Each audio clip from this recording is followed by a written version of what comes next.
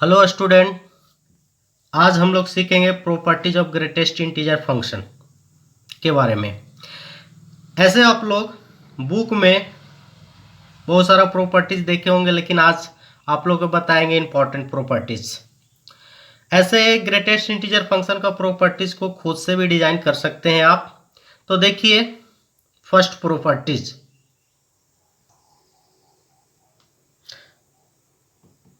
Greatest integer of x plus greatest integer of minus x equal to -1 x not belong to integer, 0 x belongs to integer।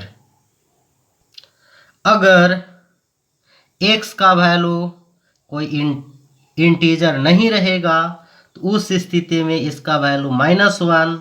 अगर x का value कोई integer रहेगा तो उस स्थिति में इसका वैल्यू क्या होगा? 0 होगा। आपको इस प्रॉपर्टीज को एग्जाम्पल द्वारा क्लियर करते हैं। तो देखिए एग्जाम्पल को ध्यान से। x not belong to integer, यानी x का वैल्यू जब इंटीजर नहीं रहेगा, यानी सपोज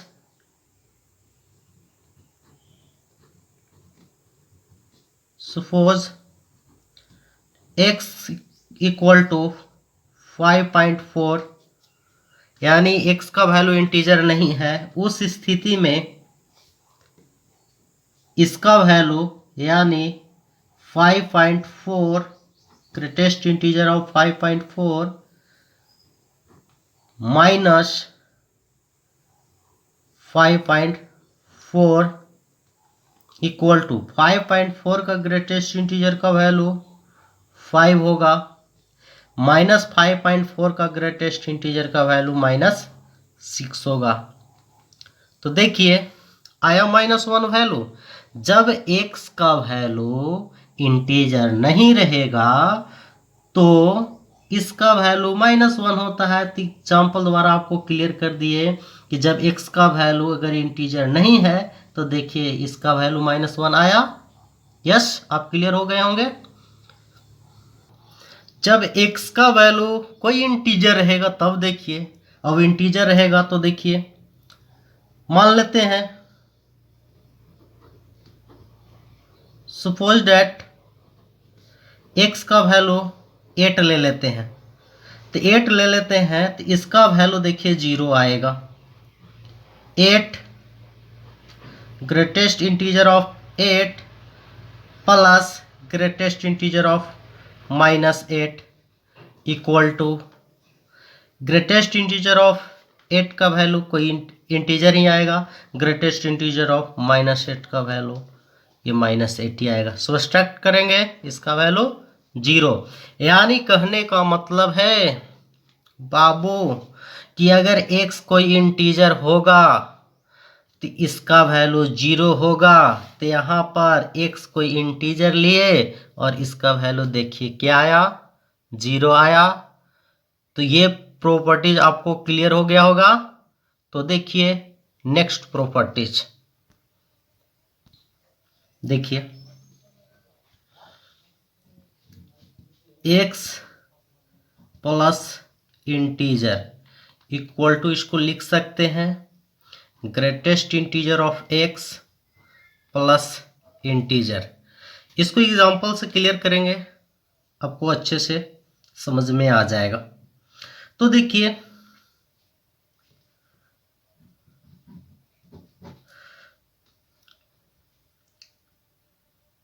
x इक्वल टू 4.5 और इंटीजर इक्वल टू 6 ले लेते हैं। तो यहाँ पर हो जाएगा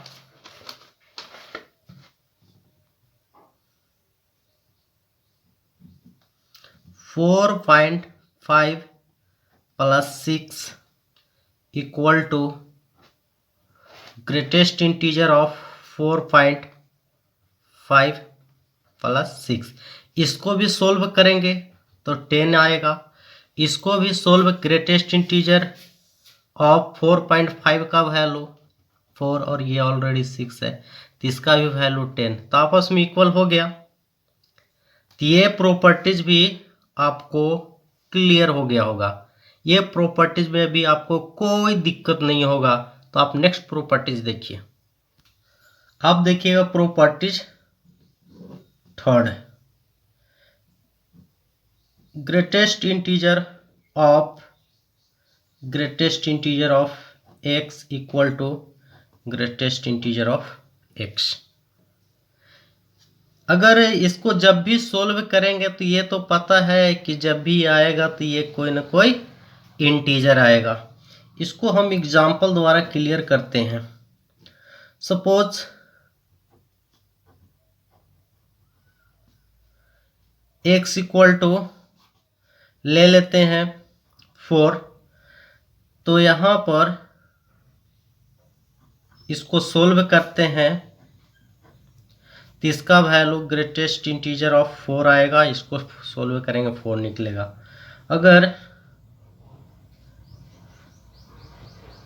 x इक्वल टू ले लेते हैं 4.5, तो यहाँ पर ग्रेटेस्ट इंटीजर ऑफ 4.5,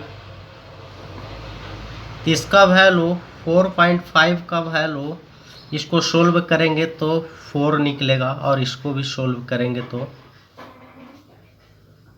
4 निकलेगा। जब भी आएगा तो कोई ना कोई इंटीजर आएगा। तो ये प्रॉपर्टीज भी आप लोग को अच्छे से क्लियर हो गया होगा।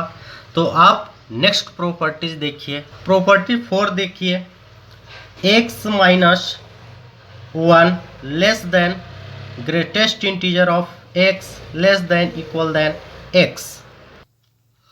ये प्रॉपर्टीज को हम ग्राफ से क्लियर करते हैं। तो पिछले वीडियो में आप लोग को बताए थे ग्राफ, ऐसे यहाँ पर भी बता करके समझा देते हैं, आप लोग के क्लियर कर देते हैं। इस तरह का ग्राफ आप लोग को पिछले वीडियो में बता दिए हैं। ऐसे आप लोग जानते हैं कि अगर इस लाइन के अगर देखा जाए कि इक्वेशन क्या होता है, तो y इक्वल टू आप लोग x जानते हैं, और इस इक्वेशन का आप इस लाइन का इक्वेशन आप लोग जानते हैं y equal to x minus 1।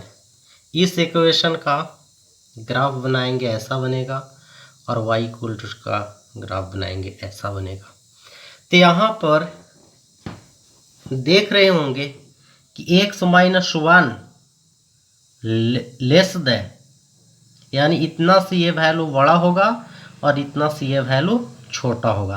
यानी ग्रेटेस्ट इंटीजर का वैल्यू, यानी इसका वैल्यू इतना से बड़ा होगा, यानी x का वैल्यू पुट करके देख सकते हैं, और यहाँ पर क्लियर ये ग्राफ से पता चल रहा है। तो आप पुट करके देखिएगा, आपको क्लियर हो जाएगा। ऐसे ये प्रॉपर्टीज आप लोग को कोई दिक्कत नहीं होगा, पुट करके देखिएगा, इसको क्लियर हो जाएगा, और ऐसे ग्राफ में सीधा पता चल रहा है। तो देखिए, इस पर कुछ इंपॉर्टेंट क्वेश्चन बताते हैं, आप लोग ध्यान से समझिएगा। इस क्वेश्चन को आप लोग ध्यान से समझिएगा,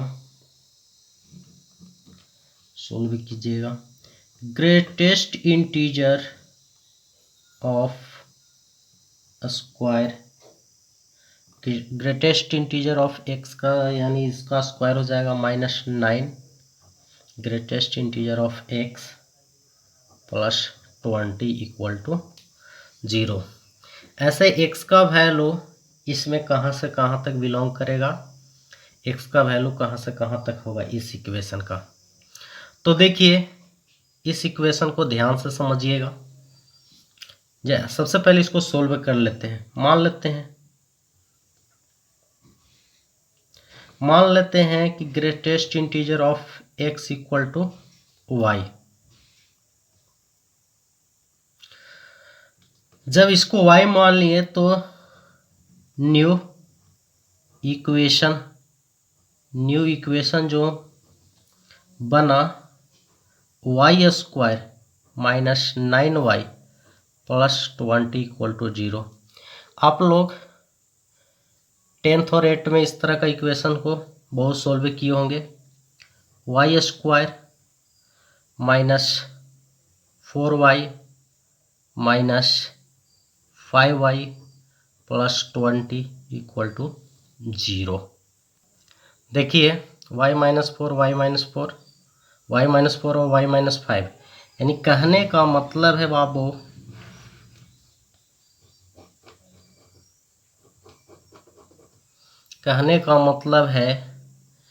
कि y का वैल्यू निकल गया 4 और y का वैल्यू निकल गया 5। यानी कहने का मतलब है कि ग्रेटेस्ट, क्योंकि लेट किए थे y, greatest integer of x को y लेट किए थे, तो यानी ग्रेटेस्ट इंटीजर ऑफ x का वैल्यू 4 हो गया और ग्रेटेस्ट इंटीजर ऑफ x का वैल्यू 5 हो गया। जब x का वैल्यू 4 और 5 जब रहेगा, इतना के बीच में कोई भी एलिमेंट रहेगा तो ग्रेटेस्ट इंटीजर ऑफ x का वैल्यू 4 आएगा।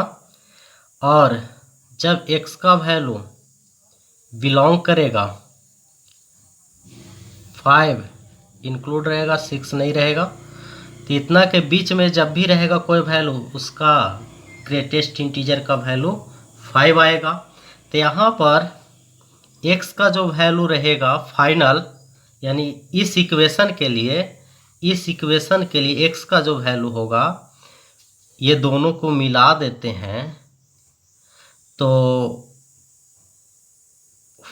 4 होगा और 6 नहीं होगा, इसके बीच में सारा होगा, यानी x का वैल्यू इतना बिलोंग करेगा। तो इस इक्वेशन के लिए फाइनल जो आंसर होगा ये मेरा ये होगा। तो थैंक यू। अगर ये वीडियो आप लोग को अच्छा लगा होगा तो शेयर कीजिएगा, और जो इस चैनल को सब्सक्राइब नहीं किए हैं प्लीज़ इस चैनल को सब्सक्राइब कर दीजिएगा।